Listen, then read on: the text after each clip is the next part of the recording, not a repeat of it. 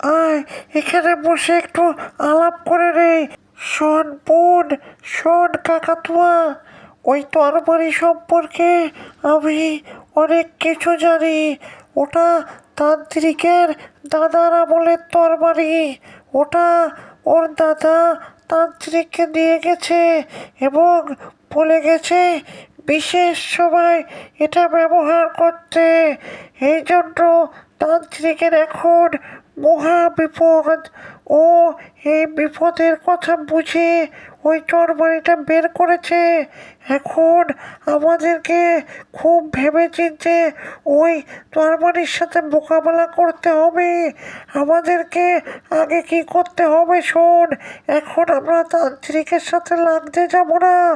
এখন আমরা গ্রামের চারপাশ থেকে একটা একটা করে লোক তুলে এমন জায়গায় লুকিয়ে রাখবো যে তান্ত্রিক শত চেষ্টা করেও খুঁজে পাবে না।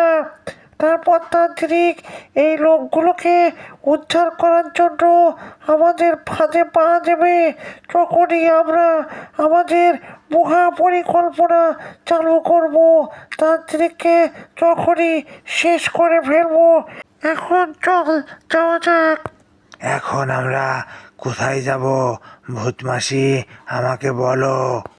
চল সামনে চল, এখানে বসে সব কিছু তোদেরকে বলে নেই।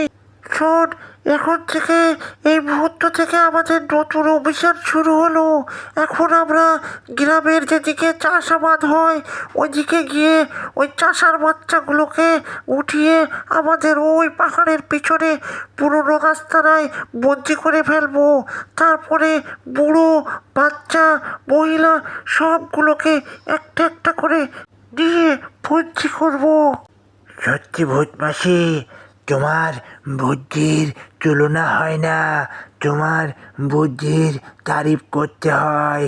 এই জন্যই তো তুমি আমার ভূতমাসি, আর তোমাকে আমি এত পছন্দ করি। তাহলে চলো এখন আমরা যে চাষার বাচ্চাগুলোকে খুঁজি। চলো চলো চলো ভূতমাসি, ওই দেখো চাষার বাচ্চার নাম করতে করতে ওকে পেয়ে গেছি। চলো ওকে ধরি। ধরো ধরো ভূতমাসি। তোমরা এখন আমাকে কিছুই করতে পারবে না। আমাদের তান্ত্রিক অনেক শক্তিশালী হয়ে গেছে। ও বলেছে ভূত দেখলে পালিয়ে আমার কাছে চলে আসবি, তারপর দেখো মজা। পালাই পালাই, আমি পালিয়ে তান্ত্রিকের কাছে যাই। পালাই পালাই পালাই।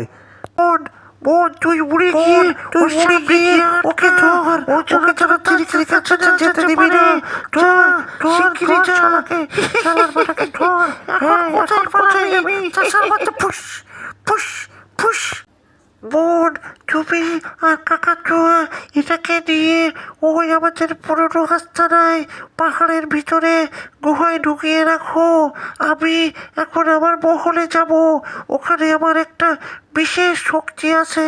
ওই শক্তিটা দিয়ে আসবো। তারপরে তান্ত্রিকের বাচ্চার একদিনকে আমাদের 4-5 দিন